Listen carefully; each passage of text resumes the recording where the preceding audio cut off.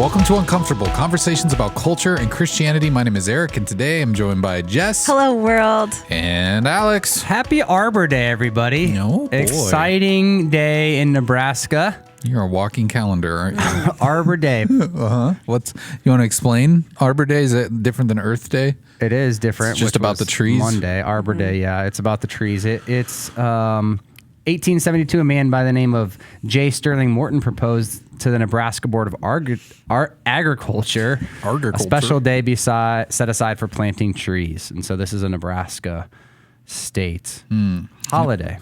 People come to this podcast to learn, and that's what I've heard anyways. And I'm glad that you were able to deliver. Wow. Not even a minute in, I've learned something. Yeah. Nebraska City, Arbor Lodge, a lot of stuff. Is that why when you're driving across state lines and you're coming into Nebraska, it has, I think it says the Arbor Day State or something like that. Home of Arbor Day. Home of Arbor Day, that's what it is. Yep. So, and then it says not for everyone. Or is that just Omaha? I think it not still for says everyone. Not for everyone. Nebraska, not That's for everyone. Nebraska. Yeah. Okay. You guys planting any trees today? I am planning to plant a tree. I like planting trees and being outside. Yeah. I was going to ask you guys if you've ever planted a tree at your house, or like what's the last one you planted. I'm kind of love this scared kind of too. stuff.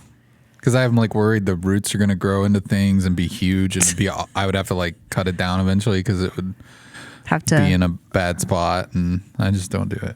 No. Yeah. I recently cut down a tree so the leaves, For Arbor Day. the leaves don't fall. how The you leaves don't fall celebrate. in your pool in and the fall. planted grass seed in my front yard. Yeah, because too many leaves in the pool in the fall. Yep. Always a Figured. problem. Big anti-Arbor Day guy over here. How'd you celebrate? Well, No, it was three the tree trees was you dead. cut down. The tree was dead. And anyway, let's move on, shall we? No, I was just thinking. I love trees. We're talking about trees, and we didn't get any input from Mr. Woodvice. Well, that's true. over there. What's your favorite kind of wood, Austin? at Woodvice, Yeah, walnut. Okay, there you go. I know for a fact he planted or had planted many a trees at his property. At We'll call it a property. Woodvice Central Woodvice Central headquarters. lately. So if anybody loves Arbor Day, that was all a shout out for Woodvice, Austin, our producer. Yeah, follow him on Instagram and YouTube. I've heard tell of a big Did you video. say Instagram? Instagram. Yeah, That it's was like yeah. we're all the it's a big agriculture talk day. Wow. It's a separate platform for farmers. I like it. It's like farmers only, but it's their social media Instagram. Love it. Yeah. Do we have any voicemails? We don't. We don't. No. Okay. Good. We can't save ourselves. Someone call us next time so we have something else to go to. You guys, do you guys like my shirt? Can It's you see it? incredible. I'm gonna stand up a little bit. See that? Look at that. Taylor Swift. What a shirt. vibe. It's a Taylor Swift shirt, but it has Dog the Bounty Hunter on it, and then it just says Taylor Swift. It's really fun. Why did you wear that today? Because we were going to talk about Taylor Swift, and I wanted to show my my ambiguity towards Taylor Swift. I guess I was wondering how you were gonna. Just I mean, I'm no ill will towards Yeah. her. I Well, think we'll she's talk about that a lot. But I just wanted to show that shirt off real quick. If you want to save the podcast in future So we don't weeks, talk about- 402-885-9930. You can help steer the podcast by leaving a voicemail, and we'll talk about something you want to talk about. Was there anything else you wanted to talk about, Alex, before we got off of this portion of the episode? Jess, how are you doing? You didn't really say much. You just I'm talking doing about good. trees and Instagram. I like She's trees. planting one, yeah. The last tree I planted was a Crimson King. You should look that up. It's really What pretty. color is it? They have like deep purple leaves. Oh, that's fun. Yep. We have like 8 or 9, and I like literally care about all of them. Yeah. We have like pine trees, treat them for bagworms, all the things. Wow. A lot goes into caring about Arbor Day. I think you're the Braxton. real star of Arbor Day, unlike Mr. I cut the tree down. Yeah. Planting a tree. If a tree is dying, you don't just, let it die there. Do we know if No, there's... actually, I have a tree that's dying, and I am having a hard time cutting it down, and I'm just letting it live, and it's like half and half. You're like, just So live out your I just best, really do. It's your hard. final years. Just Yep. wanting to experience it all. He's like the old man. Is there any benefit to hugging a tree? I've heard of tree huggers, but I didn't know if there was actually know. any real world benefit. I've never I'm not opposed to You it. haven't hugged the dying tree yet? Just like Maybe What'd it'll you bring do? it back to life. Jess's tree hospice coming Yeah. soon. I felt bad for it because it like flash froze. The core of it did. Yeah. And so the trunk. And so this is just not going anywhere fast. I'm But I'm fascinated by your love of trees. I didn't know this was a part of your lore, and I'm just learning so much. We have an ash tree, and that has like in Nebraska, it's the ash borer that comes through. Yeah. Austin, you probably know these things, but you probably didn't plant any ash trees because of it. But because we have one, But and you it's just have really one, though. Yep. Does that but have a it's name? really Do you big. name your trees? Like, is that No, but I should. Mark Ash? I'm not opposed to that. He would love that. That's a great idea. Mark Okay. Aspen. I'm going to tell this, and then we're going to be done with this park, and this is too much trees. But the tree that's dying in the front, I'm going to let it, once it dies, like this year, I'm always like, do you want to live? And it sprouts its little leaves. But ask it I and want it to responds. keep the trunk of it when it dies and cut all the big off. And Yeah. I want to make one of those little, like a big fairy house in the front yard. You can like, Fun. anybody seen those? I don't know. Someone what that knows is. what I'm talking I about. don't know what a fairy. I'm assuming it's a home for fairies. Cut it off. You can like make a little roof for it, put a door, like something lives there. I just thought it'd be fun. Tinkerbell moves in. No. That kind of fairies. Well, Yeah. if we ever get invited to your house, Jess, then maybe we'll check it out. All right, Love sounds it. good. Love it. All right. Up next, as we mentioned, we're going to be talking about Taylor Swift's new album and all the reaction we've seen to it, and you know how that intersects with culture. So stay tuned.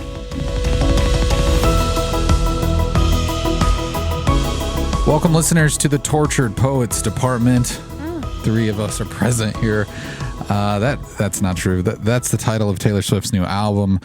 We're talking about that. I know there are a lot of, at least in my Instagram feed, a lot of Christian women who enjoy their Taylor Swift, and so this is Only like Christian women? I'm just saying it's majority of Christian women that You follow? Well, I'm just saying they're in my community of I friends, see. and so that's who I see. That's who posting. you endorse by following them. Yeah, Back to right. last Like week's episode. the Ooh, callback. good one.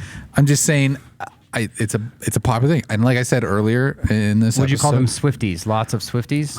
I don't know. I don't want to put a label on something that I don't that I don't know for sure if they're a Swiftie. How respectful. I just know that they get excited when Taylor releases an album. And I would say, I'm kind of, I like Taylor, certain eras of Taylor, I really liked 1989. That's probably one of my favorite albums of hers. I liked Folklore. That's a little more recent. But we'll get into some of that. But I think whenever she releases an album, it is kind of a cultural, just phenomenon. It's a moment. is. It's like an earmark on that year, where people are going, okay, remember that, and it's everybody's favorite album for a while. Is there anybody right now too that is more, and I use this word loosely, but transcendent in culture than Taylor Swift? Well, and I don't think so, and I think it's interesting too because we just came off of a football season where I feel like Taylor Swift was talked about more than the football teams playing. Yeah, and then her relationship with Travis Kelce, and so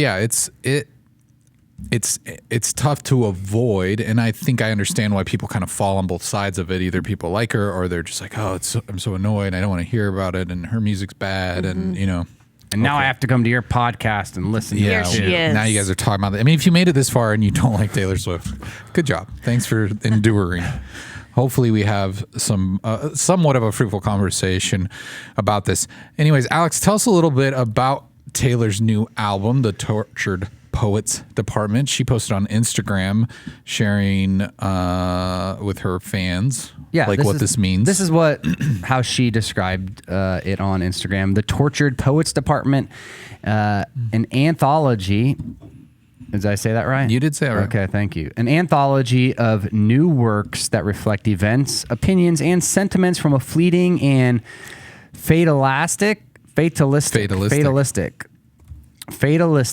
moment in time. I should have read this earlier. I'm going to start over. Okay, No. sorry. No. I think it makes more sense if I read it correctly. So Okay. bear with us. An anthology of new works that reflect events, opinions, and sentiments from a fleeting and fatalistic moment in time. One that was both sensational and sorrowful in equal measure. This period of the author's life is now over, the chapter closed and boarded up. There is nothing to avenge, no scores to settle. Once wounds have healed, and upon further reflection, a good number of them turned out to be self-inflicted. This writer is of firm belief that our tears become holy in the form of ink on a page. Once we have spoken our saddest story, we can be free of it. And then all that's Still left going. behind is the tortured Okay. poetry. Wow. Very dramatic, melodramatic. I feel like I got more melodramatic as I read it. You really I got felt like into you were it. reading for After I Audible. messed up all the words. Yeah. So yeah, that's her take on it. I mean, the album released Friday, and it had Secret double album. Yeah, it had like 16, 15 songs, and then the next thing you know, here's the double album version came out later that day with 30 songs, I think. Yep. I didn't make it through the full 30. I will admit that. I did listen to the first album, and my first thought was, she's got a lot of Florida on her mind. Yeah. I mean, she's I singing thought that about too. Florida a lot. The first song More right than out we the knew. gate, it's talking about Florida. There's a song called Florida with 3 exclamation points after it. So, I mean, it's really about Florida. That's what my takeaway, initial takeaway. Which has me wondering if Travis Kelce is going to go play for the Miami Dolphins. Oh, you're really in this I think- My Illuminati goodness. conspiracy He is. theory. Now we know who the Swiftie That's is. what I've heard. Yeah, That is what I've heard. Okay. I also listened to it, or the first 16 songs, while I was doing the planting of grass and the cutting of the tree on Friday. Yeah.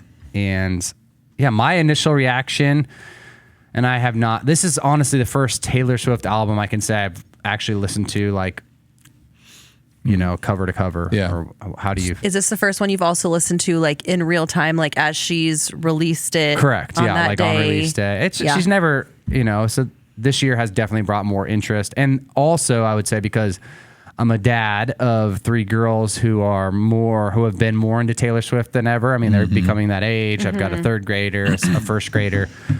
And so we've played, a lot of her songs. So I was interested to kind of figure this out. I did see a lot of E's, and it didn't mean Ely, my last name, on her album, but a lot of explicit. So I was interested to see that.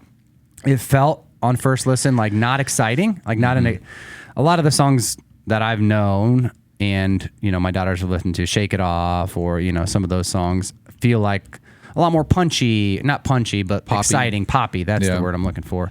And this felt very like, as she said, kind of more poetic, darker, not a lot of like, I'm going to dance to it. Not that I would dance to any song really, because I'm not a dancer. And then I forgot what song it was. I was, just listening through, and I mean, I heard a lot of F-bombs in a row on one. I don't remember the name of that. So that kind Was of... it Florida? Was that the F-bomb? It might have been. No, it was not. Florida was not the F-bomb okay. I'm referring to. Oh, okay. And so that was my first initial response. I was like, oh, okay. I don't know that my girls are going to be listening to this when they get home. This one's a little different. So there it was. I think how I have always viewed Taylor Swift, because I have very much enjoyed her music, and I feel like I'm like the classic where different times of life, like I can put a Taylor Swift song into like that time in life where that was just like something that I listened to. There's one song that I always send my sister. But I feel like with Taylor Swift, it's always been like reading her diary. And so when she first, I read her this statement that she put out first before I started listening to the album. And I thought to myself, this is a 34-year-old who's seen some things, and we're going to read this diary in songs. And this one's not going to be pretty. Like, I feel like I kind of already had a heads up, and I feel like she did not disappoint. So you're saying you enjoyed this album when you listened? I'm not saying that I enjoy. I feel What are like you saying? I've enjoyed Taylor Swift through the years, and I think this one was a little more like confirming of like all the speculations and things that you've seen on TikTok like the past couple years about her different relationships. I feel like she confirmed a lot of things. It was very scandalous with the whole Kim Kardashian song, everything like that. This is not an album that I feel like I would play in my car, or that I would be like, let's roll the windows down and sing through the whole thing, where I feel like other albums you could do that with. And so to me, this is more like giving information, and I don't know, like to me, it's not one that I would have on repeat where the other ones would be. And so I'm not sure if she meant it to be that way. It made me think that. Yeah. So you're on the fence, maybe. I'm on the fence / not a fan. I feel like that at this point, like, I don't know if I needed all the information, but I feel like I've enjoyed people going through and making TikToks and pulling out the information for me and seeing other people interpret it. But yeah. Well, the song, I was trying to find the title. What's the song about Kim Kardashian? Because it's like a hidden kind of a jab at her in the title. Amy, It's the title is something about something Amy, but then the letters KIM are capitalized in the title. But I couldn't find out which song that was.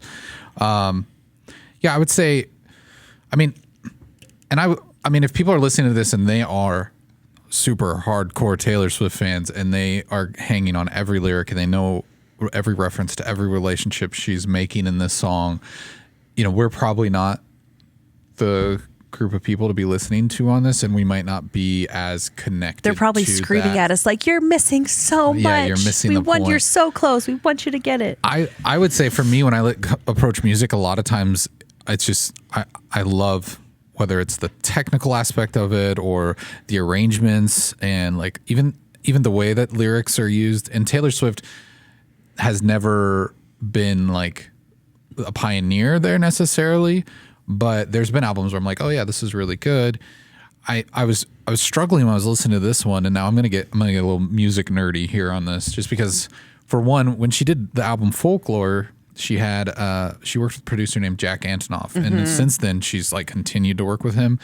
And a lot of people are saying she needs to stop working with him because it's starting to kind of not feel like she's making progress in her craft. It's kind of stagnant. I tend to agree with that. I know that might make people upset, but the one thing that stood out to me is it's like she sings these songs so similarly every time, and I'm like, why do they sound the same? Obviously it's not the same song, but it sounds repetitive almost. And I realized what she's doing is she's like putting the emphasis on the syllables of the words she's singing on the downbeat on every song, and that's the way she sings it. And when you listen to it, maybe you'll hear that and it'll annoy you like it does me, so you're welcome for that. But it's just one of those things that's a stylistic thing that she doesn't change up. So That's kind of her thing, or maybe, or it's just like maybe it's like like an easy thing for her to fall into when she's writing a song. And I think these songs are very self-indulgent and wordy because it's quote unquote poetry. Yeah. And so I think it's probably harder to come up with unique melodies for the songs when you're trying to force in a bunch of different words. So I think she's trying to force in a lot of different words, give people a lot of information that they want, with also being crafty with her craft and putting in Easter eggs for future like hiding things as well. Yeah. Well, and like when Reputation came out, that was probably my least favorite album of hers. I did not like that album. And then this album came out and I feel like, oh man, maybe it's on there of the ones I don't like as much. I just when this version of her with the more explicit content, I'm not here to say, oh, you can't say bad words, whatever. But it's just whenever I hear her swear in her songs, knowing her, and maybe it's just judging her on her past career, but it just feels kind of like the kid on the playground who's trying to be edgy or trying to trying out a new word that they learn. I mean, and it just doesn't seem like it fits her very well. Not that saying that fits anyone that well, but I'm just saying specifically her and her demographic. And and I don't think it's not unique for pop stars to start to take like that edgy twist with their career. Yeah. And so much of it, like you look at the trajectory of like what Kanye West did recently and the way he kind of imploded, but then you start to see more and more stars and doing things like that, and you realize how the music industry has changed. And I think there's probably a little more of an interesting conversation there to have about. It is about being viral now. Like, I mean, that is it. It's like marketing is all about virality and can I go viral and what are people talking about? I mean, so when Kanye West says something about Hitler and he goes viral, to him, he's looking at that as marketing, free advertising. And I think to a certain extent, a lot of pop stars and, whatever famous people are starting to understand that, and they use that and they leverage it. So it's like when she talks about a certain relationship in a song, when she references another celebrity that maybe she had a feud with or whatever, it's a way of marketing. It's a way of going viral. And so I think that's interesting. It's the way I think the music industry is changing because people aren't selling albums like they used to. People are streaming. That's how they're making their money. And so to grow that star, that's kind of the way they approach it. Thank you, Amy. That's the name of the song. Oh, thank you, way. Amy. got it, I got looked it. at the. For those that are like, Amy Duh. is spelled thank you, A-I-M. and I then think the K and the thank. Anyway, We saw this actually a couple weeks ago when JoJo Siwa released her new music, and I just think the interesting difference. She's not as big as Taylor Swift, well, obviously, she's from Omaha, but right? Or Nebraska. Nebraska. Okay. But she gave trigger warnings and she gave like that explicit those things, and I feel like she was using that as marketing to hype up her album. And I thought it was really interesting because that was still on my brain, that what Taylor Swift said didn't say, hey, this is going to be different, this is going to be dark, this is going to say some things that are going to make Christians think, what does she think about Jesus, and why is she connecting those things? Because she is so sensational that people are doing that work for her. Yeah. I think she's brilliant with how she is doing things, and it's just interesting how everything is played out. I don't know if you guys have watched her past documentaries that she's done, but I almost feel like when I've watched those in the past, along with how she's put out albums, I understand her more. Like I understand, like I can see how she's approaching things or how she's thinking about the world. And I feel like she almost owes us. She owes us. If she's going to put something out like this, I almost want to see the documentary that's coming along with where this period of time. What she did with Disney Plus for Folklore, where it was like a behind the scenes thing. Yeah, and she's done a couple of those. Okay. I'm not sure if they're all on Disney Plus though. I don't. I was just the one But, that I saw. I just think with that kind of thing, she's very interesting. People buy into her, and so just interesting how it's all. And I think part of I guess maybe the reason for us to have this conversation, one is that we want to focus on culture and how it intersects. And like we said, there's probably not a bigger name in pop, even outside of just the music industry because of the football. I mean, she's transcended into a lot of different kind of spaces, and maybe you can't escape her or can't escape her. But like you were sharing, Eric, I think Taylor Swift has always been, and I was reading another person talk about just kind of her rise among evangelicals in a sense, because she's been, almost 2 decades into her music career, and she arrived on this scene, especially when there were more provocative kind of female singers, like after the Madonna, after the Britney, and after Britney Spears, and after Christina Aguilera, who had kind of aged up and in their own way and kind of become more provocative. And now we have this cute little innocent country singer that's really wholesome. She's wearing modest clothing. She talks about, not specifically, but has a lot of Christian, safe for the family imagery inside of her songs, like talking about 2 teenagers but they're not kissing and they pray and, like all these kinds of things in her songs. And so a lot of, Christians were like, okay, this is a safe girl, for my girls to listen to, for them to look up to.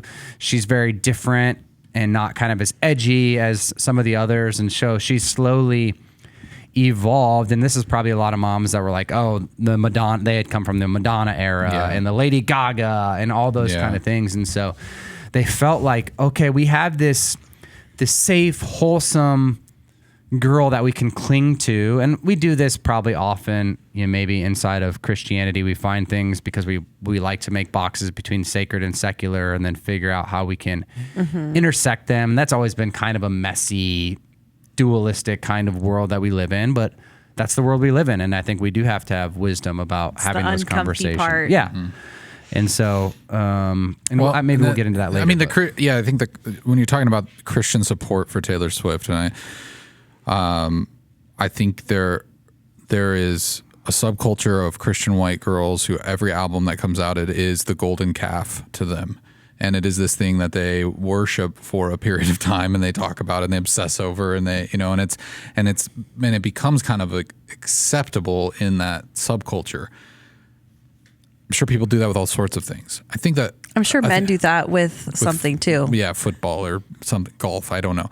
I'm not a man. All the girls I don't know anything about. Well, I think sports. that's where it became very transcendent this year because it was like that, and then it was like the football thing and the Travis Kelce, and he got that that babe. Yeah. There we go. Like the popular chick. But I think for me sometimes it comes down to the hypocrisy of it, because a lot of times these same people who will laud and celebrate a Taylor Swift album will be the first to speak out against any other secular music and say, oh, this is satanic. Did you know, this is evil and this is whatever, long list of, they're pointing out all these things, or these people are,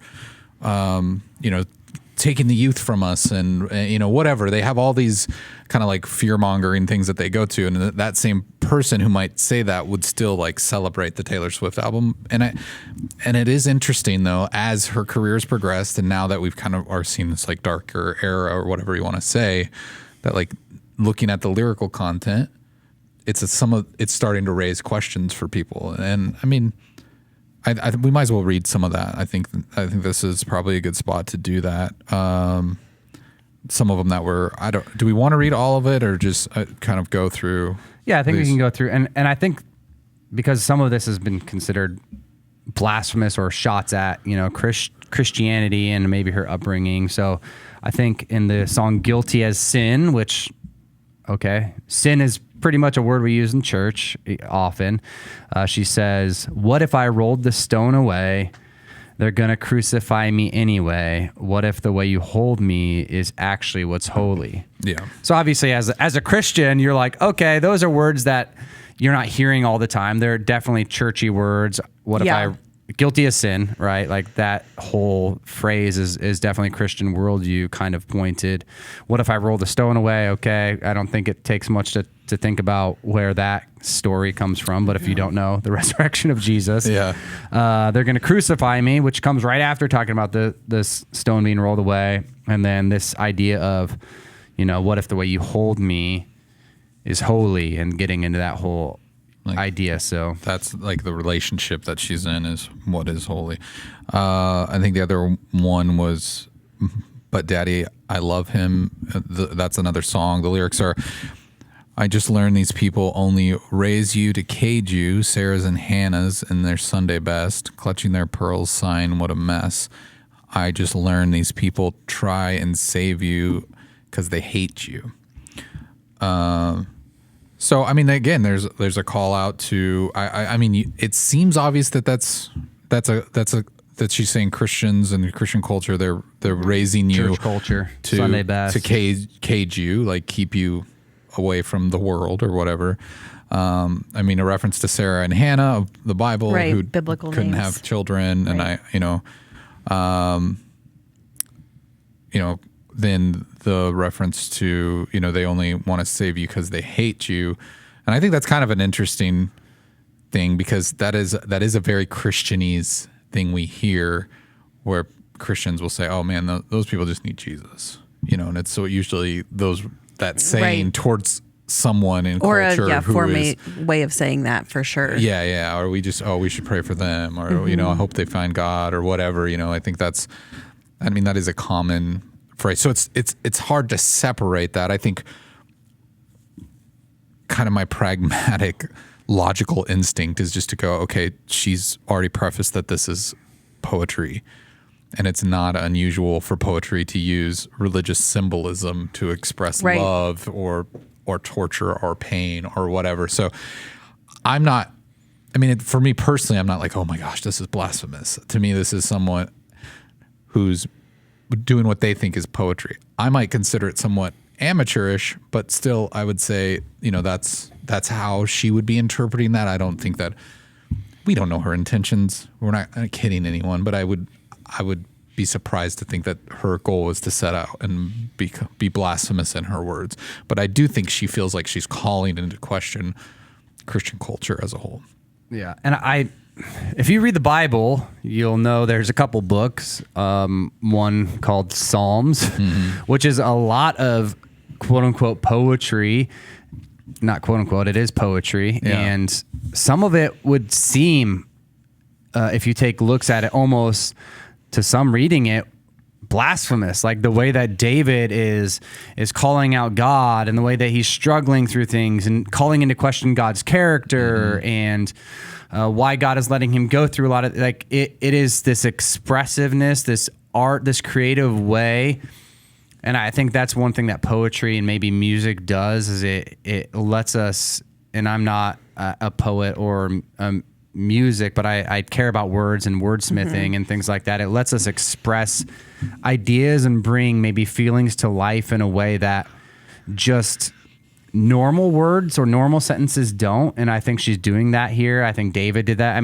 There's a long history of religious people that have used kind of poetry to make call outs, and not all of those are bad things. And the book of Lamentations is another one of those where, in Proverbs, over and over, it's using these kinds of things that people could flirt with the line of blasphemy. And that's where I'm trying to wrestle with. And again, it's been 4 days since this has come out, and I haven't been on all the TikTok wars, and I don't know all her intentions, and haven't studied it like I studied the Psalms, right? But we sometimes just throw out words like blasphemy out there, which by the definition, just to say that is the act of insulting or showing contempt or lack of reverence for God. And so some would say, because of, her maybe making a comparison between her and God, rolling the stone away, being crucified, some of those things would be showing a lack of reverence towards God. Or she, in another song, talks about the smallest man who ever lived, I would have died for your sins. And so I could see how people are maybe trying to say this is blasphemous, but I think that's in my point of view, blasphemy is a pretty big word that I would it's really like a bold want to accusation to make on something. Some more heart behind it, and no more story before like a 24-hour reaction call out. I'm thinking back to a past episode we had where, okay, Eric, you're going to have to help me with, or one of you guys help me with I can't think of his name off the top of my head, but the one that had the Satan shoes, our whole episode. Oh, Lil Nas X. He released that song and those lyrics and was very explicit about that. It was, I don't know, I even hate to say the word, but he was like very clear. Like, I meant what I meant, and this is what this is what I'm saying. And this is, and I feel like you mean Taylor, about it being satanic or whatever. Yeah. And I don't think we've heard from Taylor. We haven't heard commentary. We don't hear a lot of it. And so, when you say it's blasphemous, it just kind of like makes me pause, and I'm like, I feel like I need to hear more before I'm going to start putting that on somebody. Again, Lil Nas X goes back to the marketing thing. Like, exactly. He knows how to make a headline. If he does something, with Satanism or whatever, it's going to get a certain sect of Christians very upset, and then it's going to blow up in the news, and then there's going to be headlines. He later came out and said he was a Christian and made like a horrible attempt at trying to be Christian, and that was obviously, just more marketing. But I understand what you're saying, and it's like all we can do is like interpret. I think what it comes down to, and Alex, you've used this term before, which I appreciate, is like when we try to like have these like sacred and secular conversations and, you know, and separate it and make it one thing, or, you know, and we kind of choose our teams. And also there's this like desire of I mean, as a Christian, you want people to find Jesus. You want people to know what you know. And then you want to like side with them, and it's like Right. we got one for our team if there's like a celebrity who you know endorses Jesus. So when this happens, it's easy to get up in arms, especially when it's something where it's a person that has maybe been celebrated by Christian culture or felt like something safe for kids to listen. Shane Pruitt posted on Instagram after he called out some of the lyrics. He said, as Christians who are filled with the Spirit, as Christians who are filled with the Spirit, should we be entertained by he's really bad at typing, singing with sing with or expose our kids to the lyrics that aren't just different than what you believe but are actually mocking what you believe, is the way he took it. And again, it's like every time one of these things comes around and it becomes a headline, it's always this kind of straw man argument of we got to protect the kids. Like this thing comes up all the time. And I guess to that, I mean, there's always going to be content out there, whether it's music, movies, video games, TV shows, books, whatever. There's always going to be content that can be hurtful to your children. Like that is just the state of the world. I think what is more telling to me, and again, disclaimer, my opinion is about to come out of my mouth here, is sometimes I think it's more about your faith as a parent. Like, are you not strong enough that the testament of your belief in Jesus is a strong enough testament to your children that when they intersect with these things that they can understand it or not, you know, indulge in it, or at least not have those conversations with you? I think that's because ultimately your kids are going to make decisions without you. Whether that happens today or down the road when they're older, they're going to make decisions without you. And it's like, you're not always going to be there. And they may like things that you don't like. And it's just, we have to be at peace about that. We have to hopefully have a strong enough faith that they can understand, you know, how to decipher these things. And I don't know. I feel like that argument tends to be just a way to straw man something that you disagree with. Like, I don't like this music, so we got to save the kids from this. Well, don't let your kid listen to it then, or don't, or talk about it with them, or if they, you know, whatever. But that argument, I feel like, doesn't really have legs. Yeah. And I totally understand people that see this as talking bad about God or talking bad about, you know, someone you love, and then being offended by that. Because when someone talks, like if someone came up to me and they just started saying these things about Aaron that were true or false or kind of could be, you know, jabs at her, I'm going to be hurt and upset by that, and I'm going to want to correct it. And so again, as a Christian, when I see this and it seems like they're taking a shot at the person I love the most, or the being, that the God that I love, of course I should feel, I think that's okay to feel a little bit hurt and offended. But I think if parents don't look at, like, I think this is a great discipleship opportunity. Sure.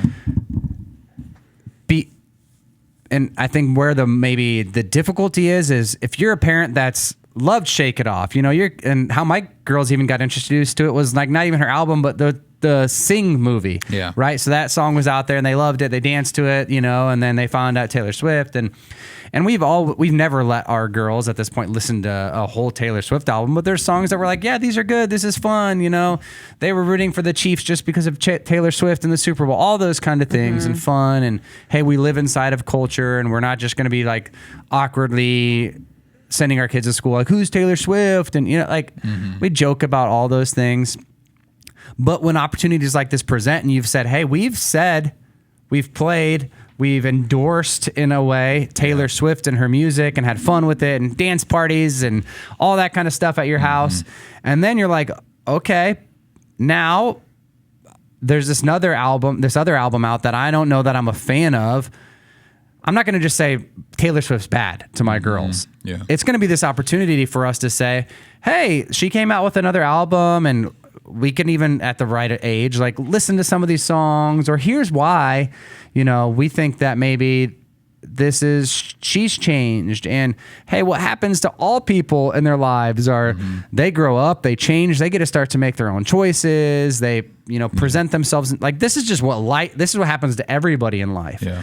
And so you get to look at it as a discipleship opportunity to teach your kids, I think, about things that are much bigger than just, oh, she's bad, she's evil, let's just throw her out. But you have opportunities, I think, for your kids to just have real life, honest, authentic conversations. But when we don't do that very often with our kids, then this is really awkward. We don't want to do it because it's like, I don't know what to say. And so I think we have to kind of see these things as discipleship opportunities as parents, not even just as parents, but as Christians in general who have said, well, we loved her. We played her even that song at a Christian youth group event or whatever. And then when we're like, no, we have to have those conversations about like a why, not just start calling somebody evil and doing all those things. And I think good reminder too of when we're having those conversations in the day-to-day, these conversations are easier to have more difficult things because it's really hard for a parent we've listened to Taylor Swift for the past decade since you were born, and now I'm taking her away. Like, that doesn't go over well. And so I think kind of like pausing, being able to have even those conversations, not even about Taylor Swift, but what are you talking about? What conversations are you having?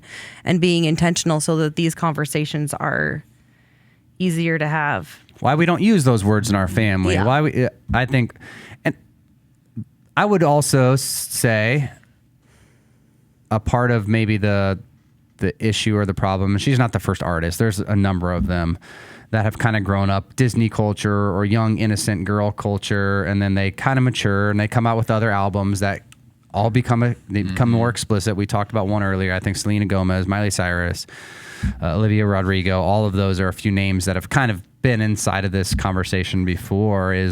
Disney's just pumping them out. They get these really young, fan bases that are cute and are innocent, and then they build fans out of them. And then what is their responsibility as they grow and mature to still be, growing and maturing or be attractive to that younger fan base that they've created and kind of created them in some ways. And so I think that's where it also becomes, because they are growing and maturing and learning and being more expressive in their words and language, and now having boyfriends, and then maybe getting promiscuous. All those things are just a part of their life that are now happening. And so we're wrestling with, okay, but I used to kind of endorse that, and now what do I do as a parent? And is it okay for them to build an audience off of a young, innocent girl crowd and continue to grow with it? Go ahead, Jess. I'm just saying, like, in our 30s, like, we are those young girls. I mean, and so for Taylor Speak for Swift, yourself. it's like those old gals. I was just saying, me and Eric aren't young girls. But no, I'm saying her fan base, those little girls that grew up with her, they are in their 30s, they are in their 40s, and so it's like, what's the responsibility too of like those girls that introduced their babies to that? So I'm like, it's just interesting thinking about like Taylor Swift is responsible for these multi-generations in their early years, their 20s and 30s and 40s. And I think there's just, I mean, the old adage of record executives is the, sex sells, right? And I think when you look at, when we're comparing it to these other stars that have come up from Disney and gone on to have successful careers, and they change the way they look and the way they dress and the things they sing about. Not saying that Taylor is going that direction necessarily, as far as like, being more scantily clad and all that sort of stuff. But I think, I mean, that's just like a byproduct of the fallen earth that we live in, the fallen world that we're a part of. People are going to be drawn to the forbidden. People are just going to have that, and so I think as a child gets into their teenage years, and I think you start to there's this allure of something new, there's an allure of something that you shouldn't maybe have, and there's, and so that, and in the music industry knows that, and they're gonna prey on that to a certain extent, and people, and I feel kind of bad about it, because you would look at like guys would start these bands, and then like female artists would almost be forced to rely on their sexuality to build a fan base, and that, I think with Taylor Swift, she's always felt like an anomaly in that, because she hasn't necessarily had that trajectory of her career, at least to the same extent as other artists that we've seen. And so I think that's partially to blame why she feels safer to a lot of believers. But I think I'd like to we got way down the tracks on parenting, but I think even aside from that, just in our own personal walks, like when you see people who are very passionately defending Taylor and this album, I kind of just wonder where that, as a believer, I'm not, I feel like I'm just like I have to fall on like neutral territory a lot of times with these things, because I don't know the intention of Taylor Swift's heart. But I also don't know that I want to like be out there giving full endorsement of it either. And I think that's where maybe that nuance comes into play. Like, are you like, celebrities are only famous because people promote them and people listen to them and people buy their products and people, want to share it with their friends, and where that's the thing that I'm a little more curious about. Like, I don't know. I'm not saying we shouldn't consume secular culture at all, right? But it's like, how do you balance that, and how do you, kind of like we talked about last week with endorsing people, how do we balance like what we're doing that is causing this person to have the success, and then also when they're right, maybe potentially, I'm not saying everything she says is right, but when she's calling out negative things about purity culture in the church, like when do we also go, yeah, we probably should be having more conversations about that, and like, and why do you feel that way? Like if you're saying what's the lyric about the Hannahs and Sarahs, and people raise you to cage you, and those thoughts, like through Christ we find freedom. So what kind of dogmatic faith were you around, right, that you're not feeling that you were raised to feel like you were caged, or that's what you see of your friends and family that are in, have a faith practice? What's happening there? So I think those conversations are more interesting. And if you want to like kind of co-op a cultural event to have those conversations, we should. And the church is not above reproach. The church needs to be called out when things are not correct. The church, the saints need to be there to even be the first to go, hey, there's something wrong here. There's part of the body that isn't healthy. So I think in some ways, like these cultural milestones can be really helpful in having those conversations, but I think also it's like it goes hand in hand with just wisdom and going, maybe this isn't the album I want to that I parade around all my friends and everything. That I'm going to have my windows down, blaring out the windows. Just staying a little bit on the spiritual side, I feel like all of us could write lyrics about things that have happened in our lives that are very similar to this. Like we could all go to dark places or struggles or things. And so in that way I can empathize. Like, man, I could write something that bad or worse about a way that I felt in my life at one point. But I think for us, and what has made me just even having this conversation, and as I've processed this, it's like, but God is what we have. Like, but God has, when we are walking with him and we're handing him like our own poetry and the stories that we could write and the lyrics that we could share, like what he can do with those things.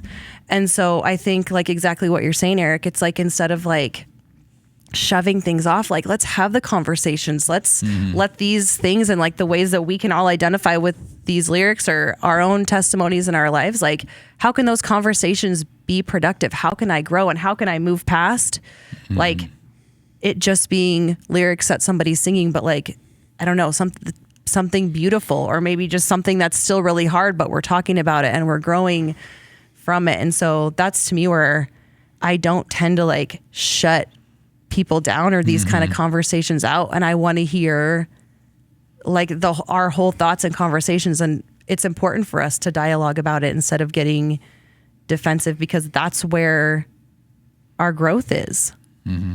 Going back to, I shared a lot of these kind of sentiments last week with the endorsement kind of thing. Paul writes a lot of places, including Philippians, whatever's true, whatever's pure, whatever's lovely, whatever's holy, think about these things. And, that it's above all else, we have to guard our heart because everything we do flows from it in Proverbs. And, Jesus talks about, just if our heart is unhealthy, then the rest of our body will be. And the things that we intake are very important because you cannot, something healthy cannot come out of you if healthy things are not, flowing into you. But I think where some of the dichotomy lies for me is back to that sacred secular kind of argument is to remember, one, this is art, and to remember that every single person, whether Christian or non-Christian, is made in the image of God, and every single person that God has put in humans an urge, like a desire to create, to be creative. And whether they realize that that's God-given or not, it is God-given. And in our Christian worldview, we would say, no, that gift is given to you by God. And so if two people paint almost the exact same painting of a flower, the one by the Christian is not more beautiful because it was painted by a Christian. It's because an image bearer made it, and maybe they didn't even make it to glorify God, and yet even the rocks will cry out. And so I think even in the brokenness, God will use people that don't even know him yet and the things that they desire to actually put him on display, to glorify him in ways that they don't even know. And so I think we get too caught up in some of those things. Like, we don't have these arguments about classical music that's beautiful and we listen to, and we're not like, what was their moral stance in creating that art? And we sure as heck do not want to have these conversations about the morality of some hymn writers, right? Yeah. Like some of the hymn writers, some of the people that we love the most that wrote these beautiful hymns that are so theologically beautiful and rich, we're morally bankrupt, from how we go back and look at their lives. And so, and yet both somebody who is claiming to be a Christian and living an immoral life is still creating things that are of beauty and transcendent and point us to God. And God even uses people that maybe are not following him yet and still reflects his beauty through them. And so that's where I think these fine lines between that's sacred, that's secular, all of those things, they can sometimes blow up and cause us as Christians to miss the beauty of God's image bearers that they're creating and have conversations like, man, that's so good. Like what drives you? Like, where did you get that talent from? Why do you come alive when you create? And I think you have opportunities inside of that community to just have those conversations and to look at that and glorify God and see God's glory on display, even in all types of art. Yeah, I think I'm kind of reminded of Romans 14, where Paul's talking about all food is clean, but it's wrong to eat anything that causes someone else to trip and fall. Don't eat meat if it'll cause your brothers and sisters to fall, whatever. But he's pretty much saying, it goes back to that conversation. Like, are you convicted by this? Is this leading you down a dark path? Is this music causing you to make poor decisions? Exactly. Is it causing you to treat others poorly? Is it causing you to view yourself poorly? Is it causing you to view God poorly? Like, I mean, I think keeping that in mind, and it's like, well, if it's not, and you're in a healthy place and you're just consuming it as someone who is wanting to listen to music and enjoy this artist that you've enjoyed in the past, like, if you're capable of that and you can stand by those convictions, then you're probably okay. It's not a problem. But it doesn't mean you maybe should be an endorsement to everyone else or even to be against someone who is against it. Because that at that point they're saying in their own way, even though sometimes the people tend to lash out, they may be saying in their own way, well, this isn't okay for me. I'm not this puts me in a bad state of mind when I listen to these songs or when I hear these types of lyrics or whatever. And so I think it's a God honoring thing to just go, okay, well, this isn't good I'm not going to, when you get in a car, I know you hate this or this is bad for you or you don't like it. I'm not going to turn that that album on, you know, whatever. It's just, Right. it's simple stuff like that I think we have to govern in our own lives and manage that well. We had this week just kind of an example. There's a lot of popular songs out there. I have no clue. I could not tell you what the verses say. You know, they're just catchy, and you know, people just dance to them, or like it lifts the mood. They're whatever the vibe. And so we, you know, have a whole Upward Soccer League here, and one of the songs that I had no clue had any kind of bad lyrics in it was that song, "I Can Make Your Hands Clap." You know, I hear that, and people just like. Yeah. Like I have never taken time to listen to that. I'm just like, it's about clapping hands. And then a parent, you know, reached out to us and were like, "Hey, do you guys know, like, have you read the lyrics to that song?" And everyone's like, "No, what do you mean?" And so it forced us to look at verse 2 and realize, you know, that there's a lot of talk about drugs and sex and affection and all that kind of stuff. And you're just like, okay.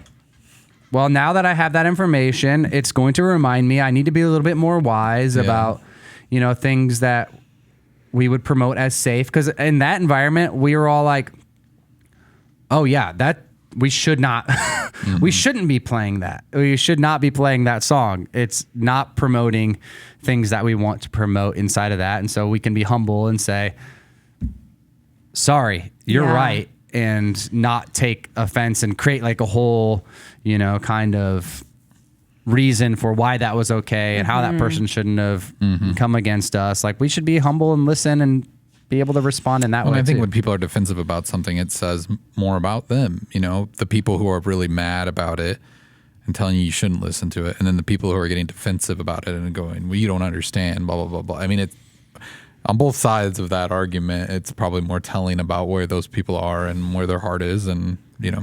And the thing I was grateful for too is the person was willing to engage in the conversation, because far too often what happens in these conversations is someone's like, "Oh, you're a Swiftie," and then they build, and we talked about this last week, they start to write an entire narrative about who you are and all your beliefs. Or this person could have simply been like emailing anybody, say that Upward Soccer, they say they're a Christian organization, but they're obviously not a Christian organization. Do you know that? I mean, I can read the Google review right now. all of those things. So it was honoring for this person to assume, I think, the best. I don't know them, to assume the best and want to bring that to our attention in a loving way so that we could respond. Like, it's far too often the opposite happens. I think especially in Christian culture, where we see something that's offensive or maybe is blatantly non-Christian or uplifting in the way that it should be, and maybe in an environment where it shouldn't have been, and then we just get on the gossip train about it, or we try to ruin something and break it down. Protecting our sides. Yeah, instead of taking that to someone so that we can be like, "Oh my goodness, you are right. I am sorry. We should have done better. And now we learn and grow." Yeah. I feel like Both of that's a us win. discipline Yeah. thing too, to be practicing. Approaching how you approach it. If that person had emailed you and said, "Wow, I can't believe you guys played that," smart. Yeah. You should remove, or like the way that they approached it too made you willing to have that conversation, or let's look at it. Yeah. Or at least I wasn't the first one approached with it, but I was grateful that, that happened.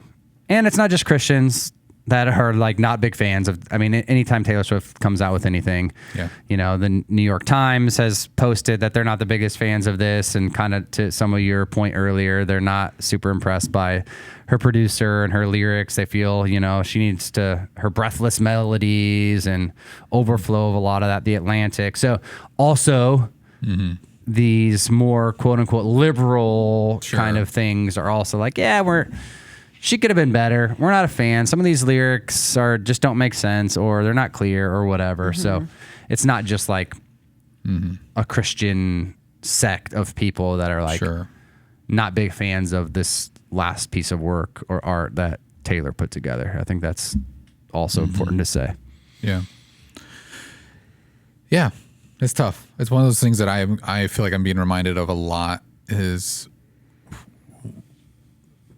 what are those things that are holy that my mind should be more focused on, and that I could be more habitual about, and I could get in that healthier place in my faith. And sometimes these things like this can feel like a distraction, but it's like I'm also enthused to engage in these conversations, because I think it's good for people to feel like they can, because like in Christianity, so many times we just feel like we have to be a certain way, and you can't talk about certain things, you can't listen to certain things, you can't, whatever, you can't engage in certain activities or whatever that may be.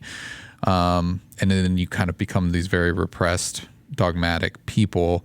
And so I think if we don't talk about it, we don't expose it, we don't bring light to darkness, and we aren't all, doing that in a healthy way, in a healthy community, then people do kind of get isolated, because then they're like, well, I guess I got to do this in private, and I'm going to sit over here in the corner with my headphones on. And I mean, I don't want that for anybody. I want people to feel like, yeah, let's listen to it together. Sure, I would be curious what you think about. What do you think about that lyric, or what do you think about this? What do you think this means? And like, I don't know. Join in community. Be curious. Stay curious about this stuff. I think that's the important thing, is stay curious enough to build those relationships and build those bonds with people in a loving way. Well said. All right, it's enough Taylor Swift conversation. Probably. What do you think, Alex? You got any more? No, if you don't like it, shake it off. Shake it off. Okay. All right. Thanks everybody for listening. We do really appreciate it. If you have some feedback for us, you want to, tell us where we got it wrong or got it right, you can send us an email to podcast@cccomaha.org, or you can reach out to us on Instagram or TikTok at CCCOMA Podcast, or leave us a voicemail at 402-885-9930. Until next time, we'll talk to you then.